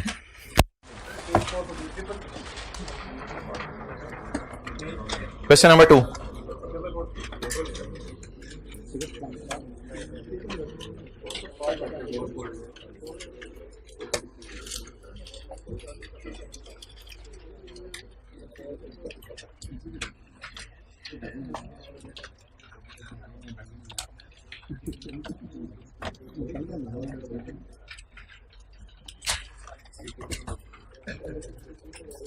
The management of Descon Limited have identified, पहला न्यूमेरिकल सॉल्व होने लगे। मैनेजमेंट ऑफ डेस्कॉन लिमिटेड, अच्छा डाटा इसमें काफी ज्यादा हुआ करेगा लेकिन काम आसान सा है। The management of Descon limited have identified operating segments, जो सेगमेंट्स ऑपरेट कर रहे हैं इनके, बेस्ड ऑन ज्योग्राफिकल लोकेशन। अच्छा, कुछ लोग ज्योग्राफिकल लोकेशन की बेस पे सेगमेंट्स करते हैं। मिसाल के तौर पे कंपनी है, वो कहती है मैं सिर्फ मोबाइल बेचती हूँ। अब उसने कैटेगराइज नहीं, छोटा मोबाइल, बड़ा मोबाइल, दरमियाना मोबाइल, इस किस्म के उसने सेगमेंट्स नहीं बनाए होंगे। वो कहेगा इंडिया की मार्केट में इतने के मोबाइल बेचे, चाइना की मार्केट में इतने के बेचे, ईरान में इतने के बेचे, कनाडा में इतने के बेचे। तो कई ऑर्गेनाइजेशन प्रोडक्ट वाइज सेगमेंट बना लेती हैं और कई ऑर्गेनाइजेशन इलाका वाइज सेगमेंट बना लेती हैं। तो इंफॉर्मेशन क्या है? Total revenue. टोटल रेवेन्यू का क्या मतलब है? Total sale. तो ये फिर एक्सटर्नल और इंटरनल क्या है? अच्छा, इसमें ये होता है मेरे भाई कि आप अपने ही डिपार्टमेंट्स को चीजें बेच सकते हैं। मिसाल के तौर पे मोबाइल की मैंने मिसाल दे दी, या मिसाल गोरमे में वापस आ जाए। गोरमे में जो फार्मेसी है या बेकरी है, उसे फर्नीचर की जरूरत पड़ी, तो बजाय कि वो फर्नीचर किसी और से जाके लें, तो वो अपने ही सेगमेंट से कह दे तुम हमें फर्नीचर बेच दो। ठीक है, तो इट इज पॉसिबल कि एक सेगमेंट दूसरे सेगमेंट को चीजें बेच रहा हो। तो चाइना वालों ने बाहर के लोगों को कितनी सेल की? 200, और चाइना वालों ने ये 120 की सेल इनमें से किसी को की होगी, इनमें से किसी को की होगी इंटरनल सेल। इंटरनल सेल का मतलब ये नहीं है चाइना वालों ने चाइना को सेल कर दी। इंटरनल सेल का मतलब है अपनी ऑर्गेनाइजेशन के अंदर रहते हुए किसी को सेल की। तो सेल कितने किस्म की हो जाएगी? 2 किस्म की। एक सेल कौन सी होगी? जो एक्सटर्नल दुनिया को ही। एक सेल कौन सी होगी? इंटरनल जमा external sale is equal to total sale. इसी तरह तुर्की में चले जाएं आप, डायरेक्ट छलांग मारें, तुर्की की टोटल सेल 97। तुर्की में डेस्कॉन लिमिटेड से बाहर वाले लोगों को कितनी की चीजें बेची, और डेस्कॉन के अंदर ही कितने की चीजें बेची? 43। तो कितने किस्म की सेल हो गई? 2। एक्सटर्नल जमा internal is equal to total sale. इन दोनों को जमा किया तो ये 3 एक ही बात होगी हमारी। और ये क्या है हमारे प्रॉफिट्स का क्या मतलब है? सेल में से खर्चे वगैरह माइनस हुए होंगे, खर्चे सवाल में मिसिंग है, कोई मसला नहीं, सेल में से खर्चे माइनस हुए होंगे, ये प्रॉफिट्स आ गए। और ये क्या आ गई? एसेट्स, यानी कि चाइना के अंदर लैंड बिल्डिंग कितनी पड़ी है, इंडिया में लैंड बिल्डिंग कितनी है, या कैश कितना है, बाकी चीजें कितनी है, ये एसेट्स आ गए। अब हमने करना क्या? आप इस डाटे में से मुझे बता दें, अभी थोड़ी देर पहले मैंने एक चीज आपको दिखाई थी, ये टीवी बेच रहे हैं, फलां भी बेच रहे हैं, फलां भी बेच रहे हैं। एक और लाइन आई थी एंड पे, सेकंड लास्ट पे, क्या थी? कंसोलिडेटेड से पहले सेकंड लास्ट नंबर पे एक लाइन आई थी, all other segments. All other segments के उन्होंने नाम क्यों नहीं बताए थे? वो छोटे मोटे होंगे। अच्छा, इसमें से, इस डाटे में से आप मुझे बता सकते हैं कि छोटा मोटा क्या है? क्या कितने लोग कह रहे हैं सेल देख के बता दें छोटा मोटा क्या? कितने लोग कह रहे हैं प्रॉफिट्स को देख के बताएं छोटा मोटा क्या? कितने लोग कह रहे हैं एसेट्स को देख के बताएं छोटा मोटा क्या? स्टैंडर्ड कहते हैं मैं बताता हूं छोटा मोटा क्या। आप कौन होते बताने वाले छोटा मोटा क्या? मैं बताता हूं छोटा मोटा क्या। छोटा मोटा देखने के लिए आपने क्या करना है, इनमें से कौन सी चीज छोटी मोटी है। अच्छा, एक बात याद रखिएगा, कहां मूव करने लगे हैं? ये हैं हमारे सेगमेंट्स। ये क्या है? इनमें से हो सकते हैं मैं एंड पे कहूं सिर्फ 3 के डिस्क्लोजर देने हैं, बाकी यूजर्स को बताने की जरूरत नहीं। क्यों? मेरे टोटल सेगमेंट्स कितने हैं? 1 2 3 4 5 6। 6 में से जो मटेरियल सेगमेंट्स होंगे उनका मैं नाम रखा करूंगा रिपोर्टेबल सेगमेंट। रिपोर्टेबल का मतलब समझा रहे हैं? रिपोर्टेबल, बताएबल, यूजर को बताने वाले। ये सारे के सारे मेरे क्या हैं? Operating segments. इन ऑपरेटिंग सेगमेंट्स में से जो बड़े बड़े ऑपरेटिंग सेगमेंट्स होंगे इनको क्या नाम दे दिया करेंगे? रिपोर्टेबल या डिस्क्लोजरेबल। अजीब सा लफ्ज, रिपोर्टेबल या डिस्क्लोजर देने के काबिल वाले। वो कौन से होने चाहिए भाई? मटेरियल होने चाहिए। अब स्टैंडर्ड ने सादा सा बात कर दी। स्टैंडर्ड ने कहा आप डाटे को एनालाइज कर लो, और डाटे को एनालाइज करके एक रूल लगाओ, जिस रूल की बुनियाद पर आपको पता चल जाएगा कौन सी चीजें मटेरियल है, कौन सी मटेरियल है। ये वाहिद ऐसा स्टैंडर्ड है जो मटेरियलिटी को परसेंटेज में डिफाइन कर गया।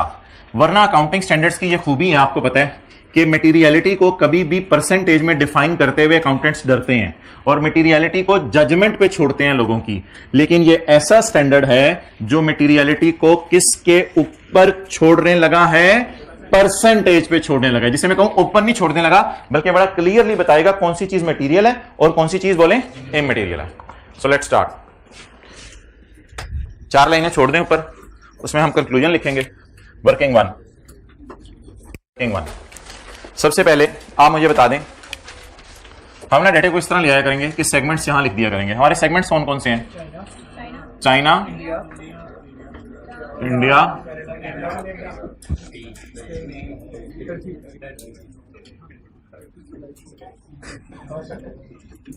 टोटल। चलें जी। Sale, external sale, internal sale. ये पहले मुझे ना दोनों की अलग अलग बता दें। आप कहेंगे वो सर दीवाना बनाने लगे हैं, सादा सा काम करने लगे हैं। ये चीजें उसने इधर लिखी हुई थी और आपने ये चीजें इधर उठा के इधर ले आए और वो चीजें उठा के इधर ले आए। चले हैं, करने दें मुझे, खैर है। तो इन सबको मैं इधर ले गया हूं और इन सबको उठा के मैं इधर लाने लगा हूं। ठीक है जी, चलें लेट्स स्टार्ट। इस स्टेप का हम नाम क्या करेंगे? बेसिक डेटा, या डेटा को सिंप्लीफाई करना।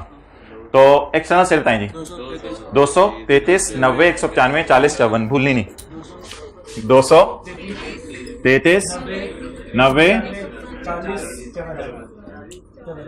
54। टोटल की जरूरत नहीं अभी टोटल की जरूरत नहीं। टोटल इंशाल्लाह हम कैलकुलेटर पे करेंगे, चाहे सवाल में दिया भी हो, बेहतर कैलकुलेटर पे कर लें, लेकिन सवाल का दिया हो भी यूज कर सकते हैं, कोई मसला नहीं। इंटरनल सेल 120, 45, 0, 135, 45 और 43। इंटरनल सेल का मतलब है कि हम किसी आउटसाइड वर्ल्ड में कस्टमर को नहीं बेच रहे, अपनी ही ऑर्गेनाइजेशन में किसी और को बेच रहे हैं। 120, 45, 0, 135, 45, 45। अच्छा जी, अगली चीज मुझे बताएं, टोटल सेल आपको हर दफा दी होगी या ये कॉलम मिसिंग भी हो सकता है? मिसिंग भी हो सकता है, इसलिए आदत डाल लेते हैं टोटल सेल खुद निकालने की। सवाल से उठाना जरूरी नहीं है, टोटल सेल खुद निकालने की आदत डाल लेते हैं। हो सकता है सवाल में टोटल सेल मिसिंग हो, तो इसलिए उधर से मत देखें, कैलकुलेटर के बगैर ही आप बता देंगे, इतनी आसान सी फिगर्स हैं। टोटल सेल, ये तो कमाल कर दिया आपने, जगह कैलकुलेटर के बगैर बताइए। 97। अच्छा जी, अगली चीज क्या है भाईजान? वो कह रहे थे मैंने मना किया था इंडिया ना जा, लॉस आ गया तुझे। मैंने मना किया था स्पेन ना जा, लॉस आ गया तुझे। बहरहाल जहां जहां जो जो हुआ, डेस्कॉन के अब्बू, मैस्कॉन जिनका नाम है। ओके, अगली चीज इस वर्किंग का नाम हुआ करेगा बेसिक डाटा। बेसिक डाटा, अच्छा ये ऐसा स्टैंडर्ड है जो कि नॉन अकाउंटेंट को भी समझाया जा सकता है, क्योंकि इस पूरे स्टैंडर्ड में ना हमने डेबिट क्रेडिट का लफ्ज बोलना है, इस पूरे स्टैंडर्ड में ना हमने जर्नल एंट्रीज करनी है, ना हमने P&L एक्सट्रैक्ट्स बनानी है, ना हमने बैलेंस शीट एक्सट्रैक्ट्स बनानी है। ये एक वर्किंग है जो डायरेक्ट नोट्स में जाके पोस्ट हो जाती है, तो इसलिए इसमें डेबिट क्रेडिट नहीं है। तो अगर नॉन अकाउंटेंट आके एक डॉक्टर साहब जो है वो थके हारे हाउस जॉब से इधर आके बिठा दें तो उनको भी बोतल पिला के ये स्टैंडर्ड समझाया जा सकता है। प्रॉफिट्स या लॉसेस बोलें। 98, 26, -26, 47, 121, -15, डन हो गया। आखिरी चीज मुझे बता दें, अभी टोटल्स नहीं करने, टोटल इंशाल्लाह मैं आपसे खुद करवाऊंगा, आप एक दफा आए तो सही तरह, टोटल मैं आपसे खुद करवाऊंगा जी। एसेट्स, 2400, 345, 795, वैसे आपको अंदाजा हो रहा है थोड़ा सा, इसका लेवल है, इसका लेवल कोई नहीं है इसके एसेट्स का। इमटेरियल चीजें इंशाल्लाह निखर के भी बाहर आएंगी। बात सुन रहे होते हैं मेरी? 3800,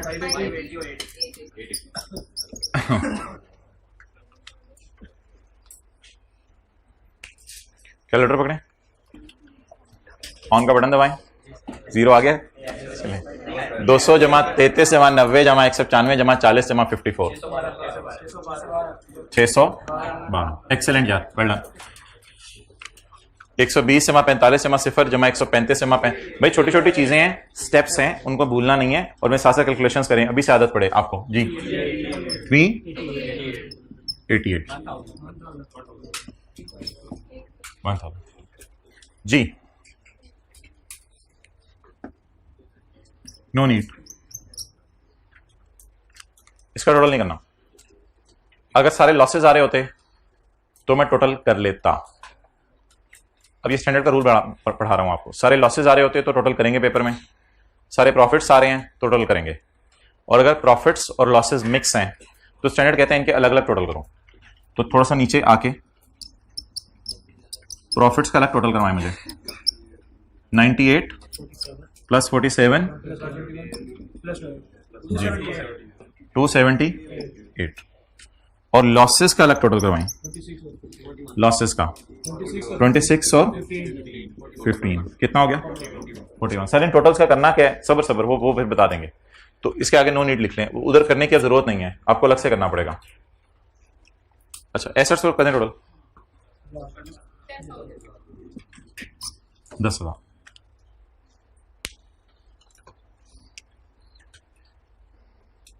लाल,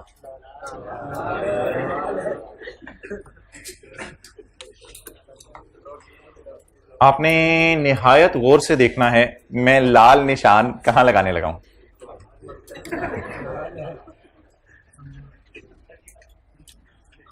देखिए, ओ वॉच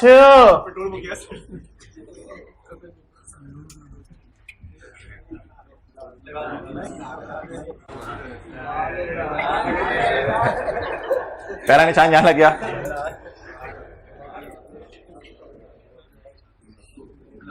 इनमें से हायर पे, इनमें से हायर पे,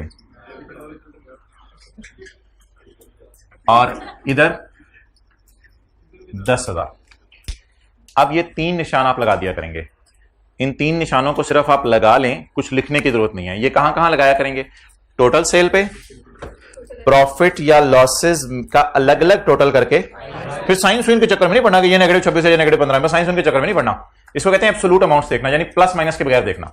तो प्रॉफिट या लॉसेस में से जो हो सकता है ये 410 होता, फिर मैं इसको स्टार लगाता। नेगेटिव पॉजिटिव के चक्कर में आप नहीं पढ़ना, आपने बस नीचे ले आना है दोनों को अलग अलग। दोनों में से दिखने में हायर कौन सा है? 278।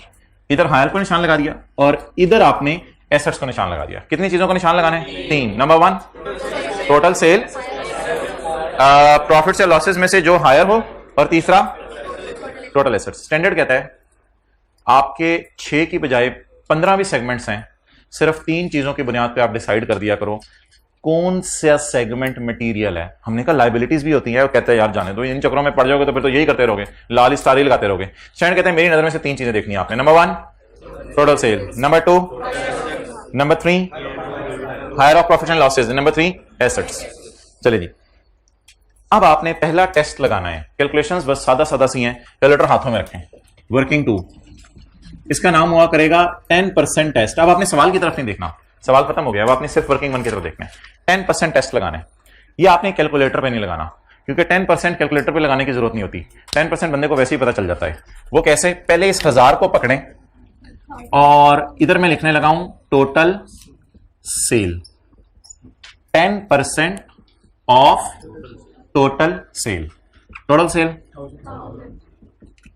1000 का 10% कैलकुलेटर के बगैर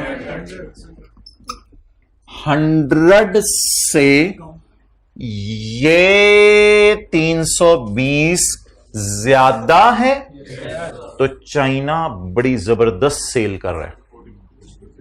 चाइना जबरदस्त सेल कर रहा है।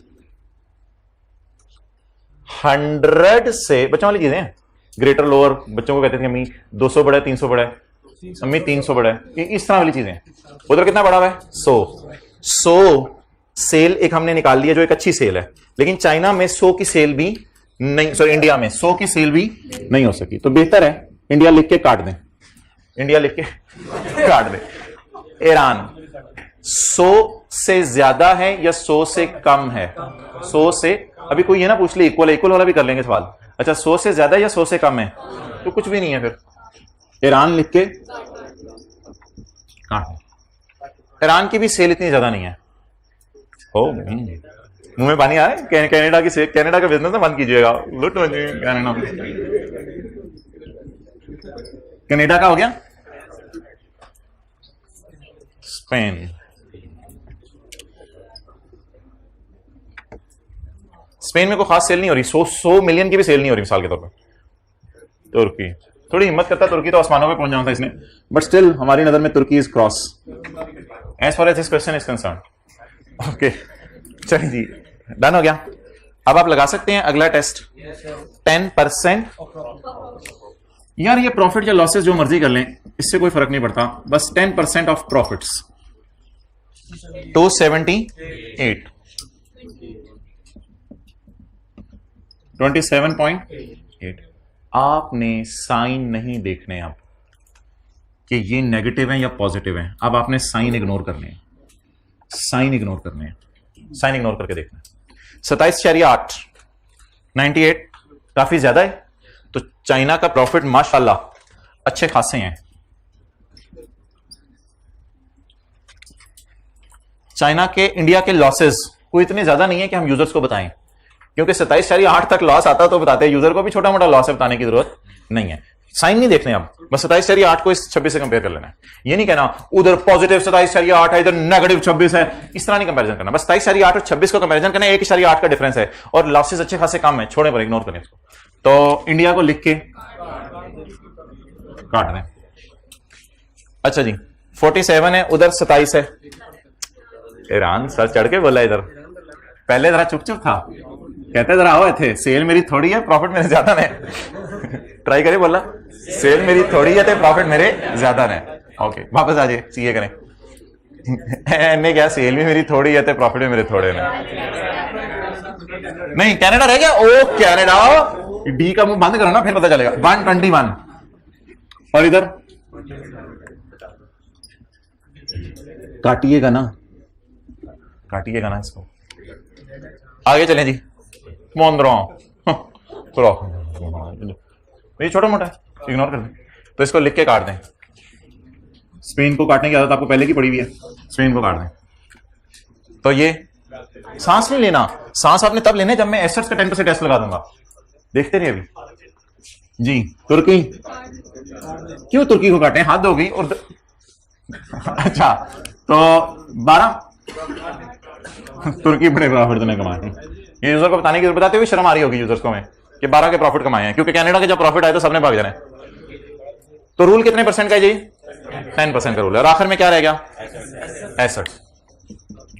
10% ऑफ एसेट्स। एसेट्स कितने हैं? 10,000। ये 10,000 मैंने पहले लाल उठा रहा हूं, फिर लाल पे कितने परसेंट लगा रहा हूं, चुरी चला रहा हूं 10% की। कितना आ गया? 1,000। आज ये पकड़ना शुरू करें एक एक करके। 1,000 और 3400। 3400 ज्यादा है 1,000 से।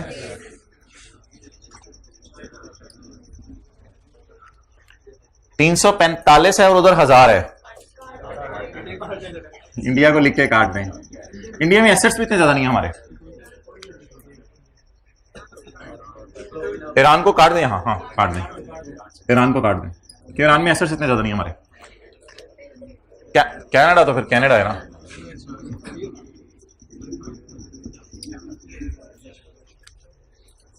यार ऐसा ना करो, पहले सवाल में ही बोर होने लगी, आपस में बातें शुरू कर दी हैं। तो पहला सवाल तो पूरा लेने दो। माना कि ये चीज बोरिंग है, लेकिन हो तो लेने दो, करानी तो है, सिलेबस में आसान सी चीज है, करनी तो है। 580 स्पेन को भी काट दें। तुर्की 880 के बड़े उतरे एसेट हैं जी। बोले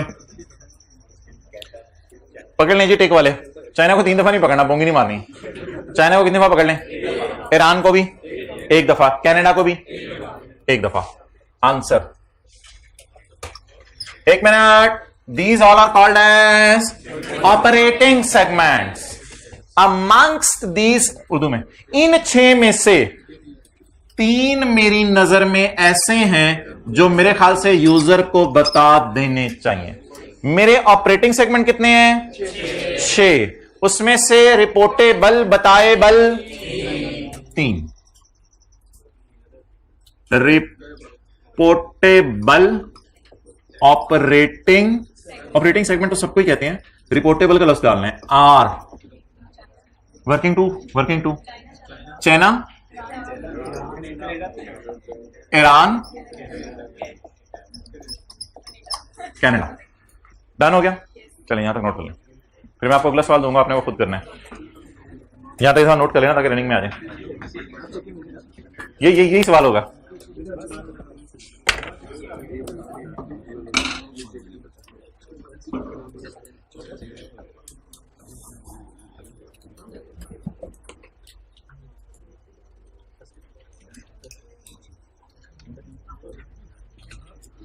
लाल याद रखने हैं बस। लाल कितने हैं? 3। टोटल रेवेन्यू, प्रॉफिट्स और लॉसेस में से हायर, और टोटल एसेट्स।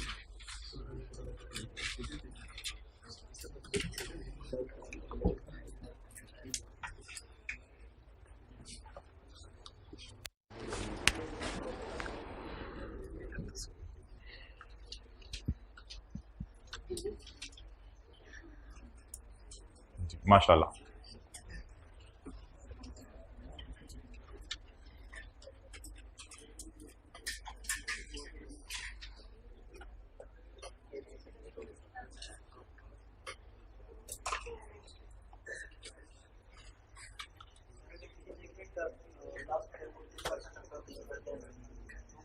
हाँ जी बिल्कुल। अगर इसका लॉस आ रहा होता 29, तो 29 को 27 से कंपेयर करते तो 29 ज्यादा है, तो ये रिपोर्टेबल बन जाता। जी भाईजान नोट कर लिया यहां तक? जल्दी करें।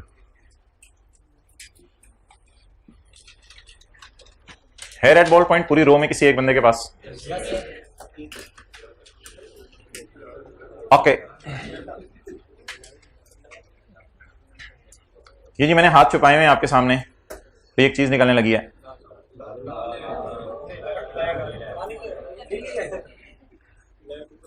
देख लें, बरी दिखाई जा रही है। You got the point? Okay. ये एक्सटर्नल सेल ना गुस्सा कर गई, गुस्सा कर गई, मेरे सामने क्यों नहीं स्टार लगाया, मेरे मेरे मेरे सामने भी स्टार लगाओ, हद हो गई, इंटरनल सेल का तू चुप, मैं मेरे सामने तो लगने दे पहले स्टार। तो हम एक नीला स्टार लगाया करेंगे किसके सामने, और एक और टेस्ट परफॉर्म किया करेंगे, हमारा आज का आखिरी test, working 3, 75% external sale test, total sale नहीं, 75% एक्सटर्नल सेल टेस्ट। इसमें आपने क्या करना है, जो आपने मलीदा तैयार किया हुआ है वर्किंग 2 में, उसी को आपने इसके अंदर डाल देना है। वर्किंग 2 से जो मलीदा तैयार हुआ है वो बता दें क्या है, चाइना, ईरान और कनाडा। ये आपने वर्किंग किससे उठाना है, वर्किंग 2 से। वर्किंग 2 से जो मलीदा तैयार किया आपने, इसी को उठा के आपने कुकर में डाल देना। डन हो गया, ये 3 चीजें उठा ली। इनकी मुझे क्या चाहिए, नहीं 75% अभी नहीं, 75% को छोड़ लो, इनकी मुझे क्या चाहिए अभी, एक्सटर्नल सेल चाहिए। एक्सटर्नल सेल जरा पकड़े जरा, चाइना की, क्योंकि असल जो सेल होती है ना बिजनेस की वो एक्सटर्नल ही होती है, बाहर के लोगों को जो चीजें बेचें। ईरान की, जब नीली चीज पकड़ी है तो नीली के सामने वाली देखनी है, 90, कनाडा 195, इसका मारे टोटल 485।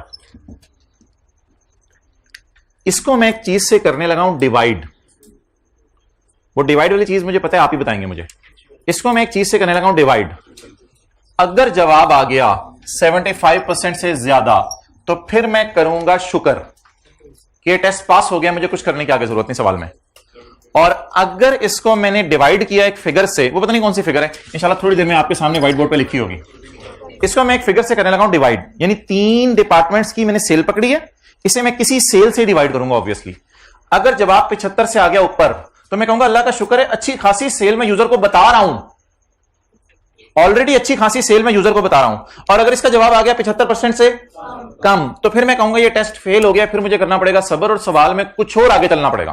तो अल्लाह करे इस सवाल के अंदर जवाब 75 से ज्यादा ही आ जाए, क्योंकि जो अगला सवाल मैं आपको दूंगा उसमें फिर पता नहीं क्या होता। इसको मैं किससे डिवाइड करूं, तीनों की सेल को किससे डिवाइड करूं, एक्सीलेंट, 612 से। तीनों की सेल को 612 से डिवाइड करें ताकि बिजनेस की जो एक्सटर्नल सेल है उसका पता चल जाए। तो अल्लाह का शुक्र है हमारी नजर सिर्फ नीले के सामने ही रहनी है, ये ना नीले के सामने बस नजर रखनी है आपने। तो नीले का टोटल कितना है, 612। मैंने क्या किया है, मैंने 3 डिपार्टमेंट्स की सेल पकड़ी है और 6 की सेल से डिवाइड कर दिया। अब देखें क्या ये सेल अच्छी खासी है या थोड़ी है, क्या जवाब आ रहा है, 70, नहीं बाबा सिर्फ पॉइंट्स में जाने दे, 75 से ऊपर आगे काफी है, 79%। अब आपने करना है शुक्र। शुक्र का मतलब है अब आपको सवाल में आगे जाने की जरूरत नहीं है, बस कुछ भी ना करें। अगर ये जवाब 75% से कम आएगा तो इंशाल्लाह अगले सवाल में देखते हैं क्या करना है। तो फिलहाल आप शुक्र करें, और कुछ करने की जरूरत नहीं है। अल्लाह का शुक्र है हम ऑलरेडी यूजर को तकरीबन 80% सेल का ब्रेकअप दे रहे हैं। 80% जो हमारी सेल है बिजनेस की उसका यूजर को बता रहे हैं, और कुछ यूजर को बताने की जरूरत है। ये टेस्ट किस पे हुआ करेगा, एक्सटर्नल सेल पे। किस पे हुआ करेगा, एक्सटर्नल सेल पे। क्वेश्चन 3 कितनी देर में करेंगे, 5 मिनट ज्यादा है यार, it should not take more than 4 minutes. Question 3 4 minute में कर दें, क्वेश्चन 3 कर दें जी। वालेकुम सलाम। रेड स्टार 3 चीजों पे लगाने हैं, जिनको 10% टेस्ट से गुजारना है। वो कितनी चीजें हैं, मैं आपके पास आ रहा हूं, चलो वर्किंग 1 भी करें, 2 भी करें, 3 भी करें। वर्किंग 1 बनी हुई है, कोई मसला नहीं, आदत डालें, बेसिक रेटे की आदत डालें, मसला होगा वरना, और मसला होता रहे पास में बच्चों को जो वर्किंग 1 को अवॉइड करते रहे। यार पॉज कर दो 5 मिनट के लिए। अच्छा जी भाईजान, ऑनलाइन वालों, वर्किंग 1 का फॉर्मेट आपने सेम रखना था, वर्किंग 1 का फॉर्मेट नहीं बदलना था, इसलिए मैं सिर्फ ये फिगर्स मिटा रहा हूं।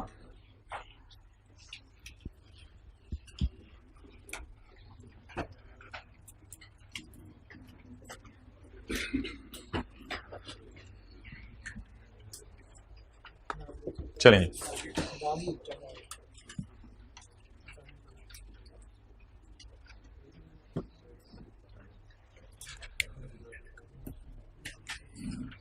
Let's start. MNOPQR,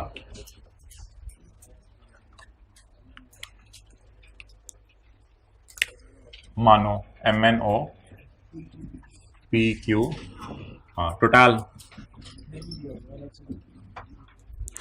चलें जी, पहला सवाल तो यह ध्यान में ये आया कि सवाल में रेवेन्यू दिया हुआ है लेकिन बताया नहीं हुआ कि रेवेन्यू एक्सटर्नल है या इंटरनल है, तो हमेशा एज्यूम करेंगे एक्सटर्नल है, तो एक्सटर्नल की वजह से इसको उठाएं।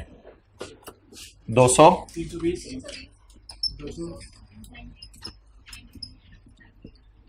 अभी टोटल ना करें, एंड पे टोटल कर लेंगे। इंटरनल सेल सवाल ने नहीं दी। वर्किंग 1 का फॉर्मेट आपने कभी नहीं बदलना, वर्किंग 2 का फॉर्मेट कभी नहीं बदलना, वर्किंग 3 का फॉर्मेट कभी नहीं बदलना, पेट फॉर्मेट है। टोटल्स करें इनके, 200 हो जाएगा, इसका मेरे ख्याल से 320 आ जाएगा, इसका शायद 98 तक हो जाएगा। अच्छा जी, प्रॉफिट्स हैं या लॉसेस हैं? दोनों हैं। अच्छा, ये क्वेश्चन है मोहतरम, क्वेश्चन नंबर 3। आपने 4 कर दिया, मेरे मुंह से 4 निकला था। अच्छा चलो जी, बोले यार। अब -50 -140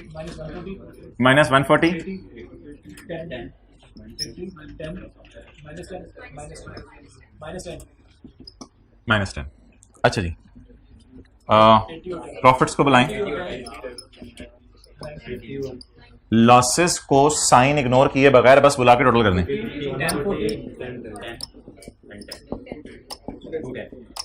2 टाइम। चलें जी, एसेट्स 50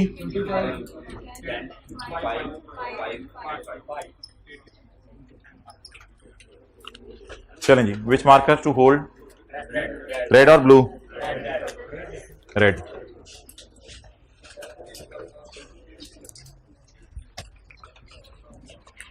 टोटल्स कर लें पहले। 1000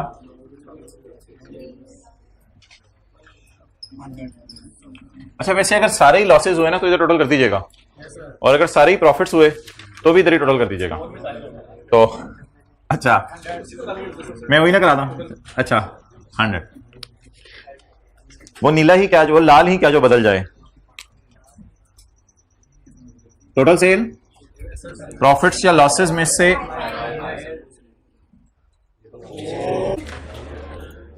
अच्छा प्रॉफिट्स या प्रॉफिट्स या लॉसेस में से हायर, ये बोंगी नहीं मारनी सर, ये 90 है, ये नेगेटिव 210 है सर, ये कहां से? भाई साइन इग्नोर किए बगैर देखना है, साइन इग्नोर करके देखना है, साइन इग्नोर करके देखना है। ओके अच्छा जी, एसेट्स के टोटल 100।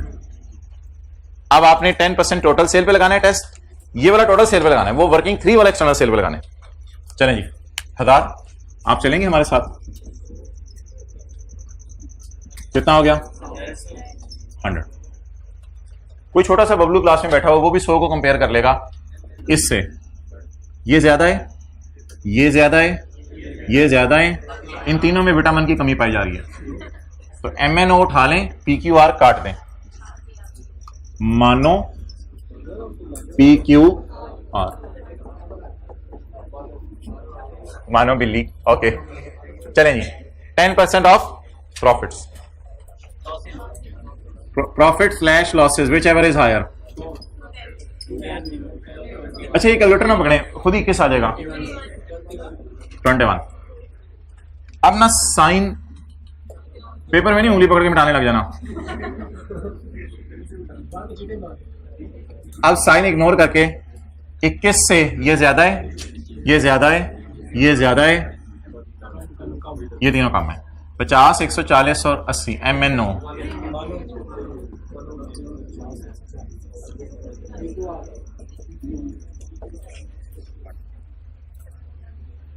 %10% of assets.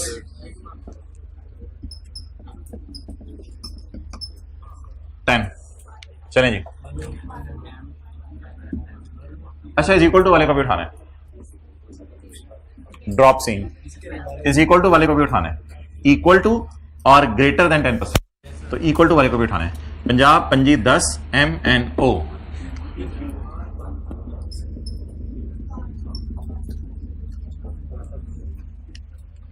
बड़ा मेरे भूखा तेरी। अच्छा जी, reportable operating segments are as follows.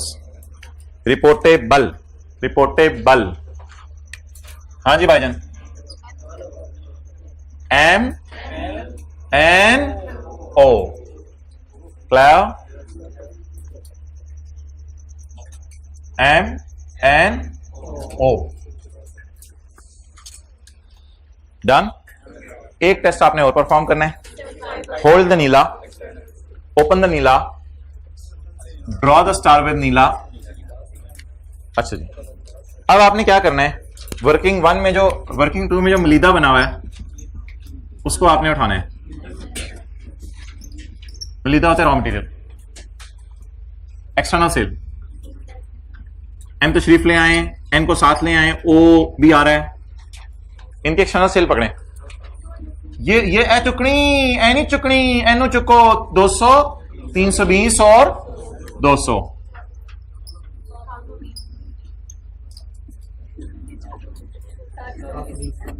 720।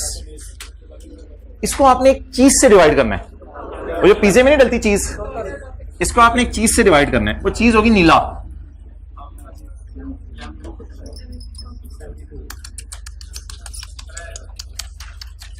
%75 external cell का टेस्ट पास नहीं हुआ। टेस्ट पास ना होने का मतलब होता है फेल हो गया, नहीं, ये मतलब नहीं है। असल मतलब ये है, भाई ने खुरक कर लिया, अब हम आगे बढ़ते हैं। असल मतलब ये है कि आप अपने यूजर्स, अहमद बैठ जा, असल बात यह है कि आप अपने यूजर्स को सेल का 75% भी नहीं बता रहे। ये क्या मानो है क्या MNO है? आप अपने यूजर को सेल का 75% भी नहीं बता रहे। कम से कम सेल का 75% तो यूजर को बताओ ना। अब आप बताएं, अगर आप इन सेगमेंट्स के बारे में यूजर को बताएंगे भी तो इन बेचारों की मिलके सेल कितने परसेंट है? मैक्सिमम 72%। तो कम से कम यूजर को कितनी सेल बतानी चाहिए? अब यहां पे आपको करना पड़ेगा लेस देन 70% पे सब्र। सब्र का मतलब है अब आपने सवाल को आगे चलाना है। आगे चलाने में मुझे बता दें, किसी एक की सेल डलवा दें। आप P की सेल डलवाना पसंद करेंगे, Q की सेल डलवाना पसंद करेंगे या R की सेल डलवाना पसंद करेंगे? इसमें लॉजिकल सी बात है, मैं आपको कोई स्टैंडर्ड की वर्डिंग नहीं सिखाने लगा, लॉजिकल सी बात है। अब मैं सेल को 72 से 75 पे लेके जाना चाहता हूं, तो मेरी कोशिश है सबसे बड़ी वाली सेल उठा लूं। किस किस की सेल उठा ली है? MNO की, ठीक है। किस किस की बच गई है? इन तीनों में से बेहतर कौन सी सेल है जिसको उठा लूं तो शायद सवाल आगे नहीं चलाना पड़े? R की सेल उठा के मैं कोशिश करता हूं शायद 75% तक जवाब आ जाए। R की सेल अब तीनों बच गई थी, इन तीनों में से कौन सा उठा लें? R। अब मैं ना ऐसे लिख रहा हूं 720 के नीचे, 720 के नीचे कितना? किसकी सेल? R की। अब मैं 1000 को ना लीजिएगा, 720 जमा 98, 81। इसको आप ट्राई करके देखो 1000 से डिवाइड करके। अल्हम्दुलिल्लाह अल्हम्दुलिल्लाह अल्हम्दुलिल्लाह सुम्मा अल्हम्दुलिल्लाह। 82% या 81.8%, जो मर्जी समझ लें। अब बता दें, सब्र करना पड़ा तो सवाल को आगे चलाया। चलाने की वजह से सॉल्यूशन के मुंह पे आके R को भी लिखें। अब हमारे कितने सेगमेंट हैं जो इस काबिल हैं कि रिपोर्ट करें?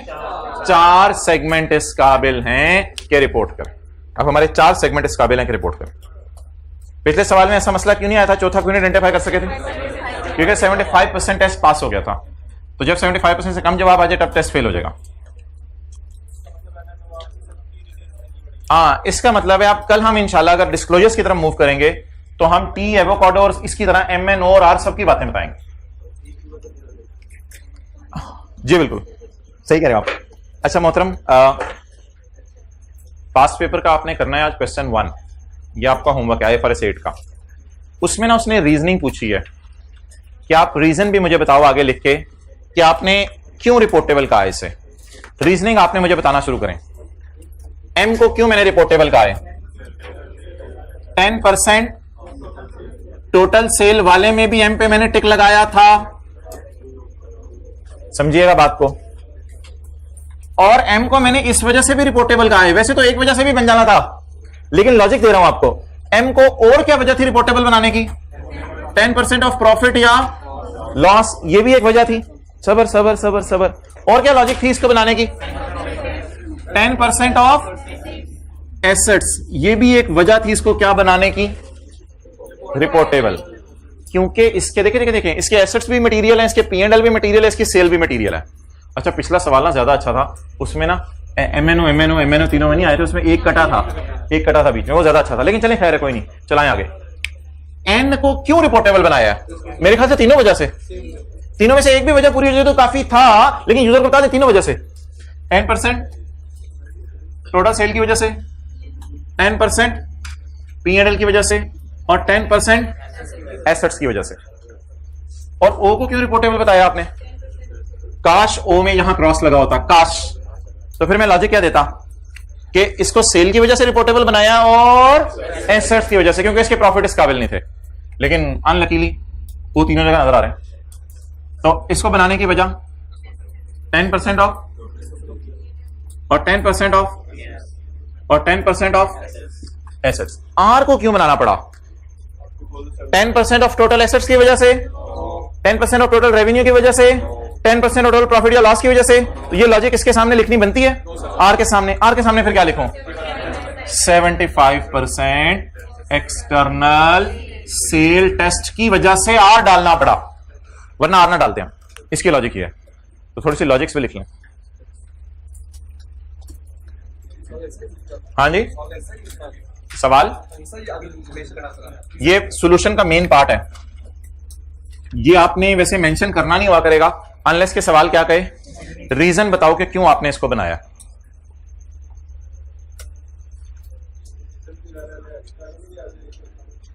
आप ऊपर लिखोगे सेगमेंट, आगे लिखोगे रीजन, हेडिंग डाल दोगे, तो प्रेजेंटेशन है जितनी भी बेहतर कर लो।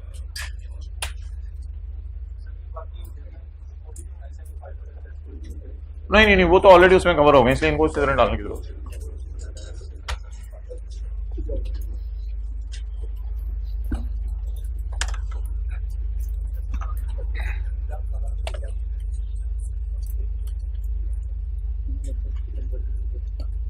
पहले सफे पे आए,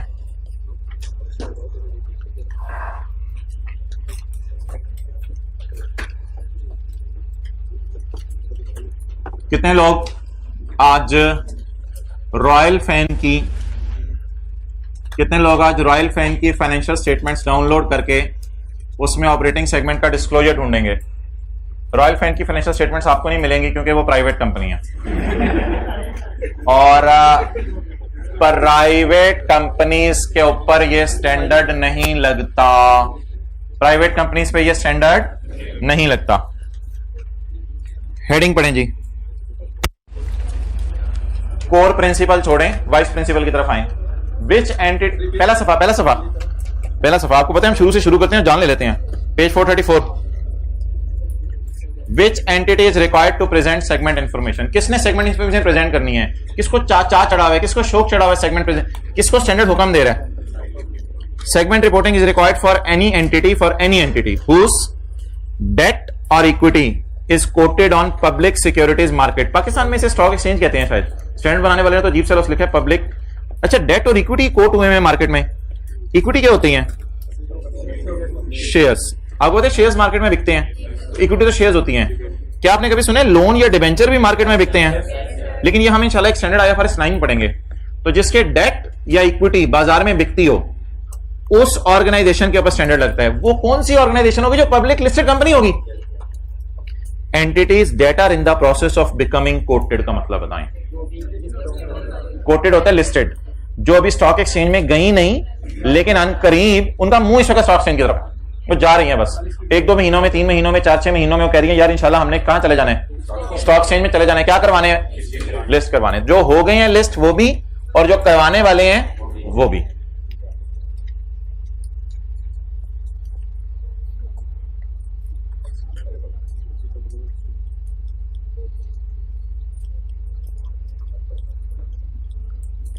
PTCL पेरेंट कंपनी है,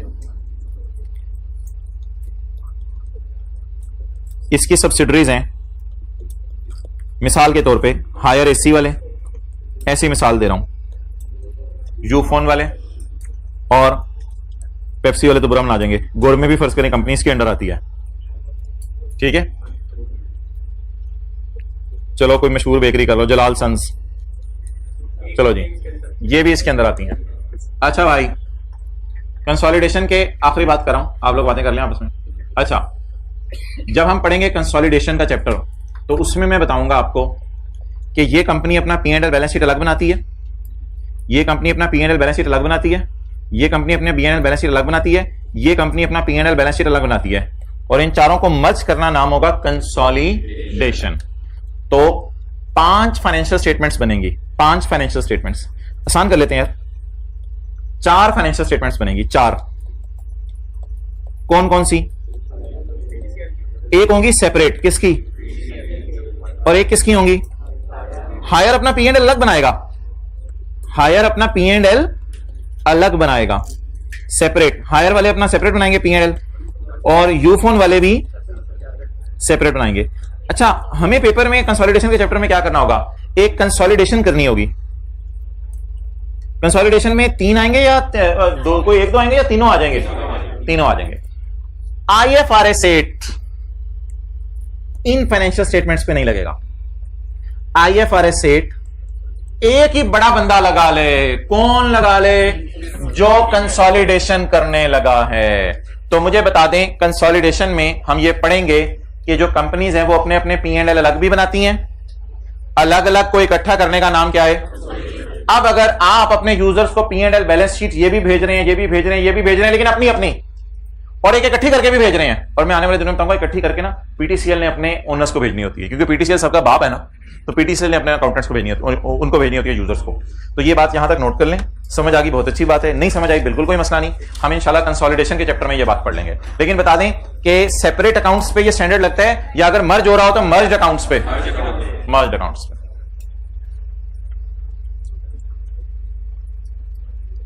ये मैंने ऊपर क्या लिखा है? 4 फाइनेंशियल स्टेटमेंट्स बनेंगी। स्टैंडर्ड किस में लगेगा? चारों पे या एक पे? जो कौन कर रहा होगा? कंसोलिडेशन कर रहा होगा।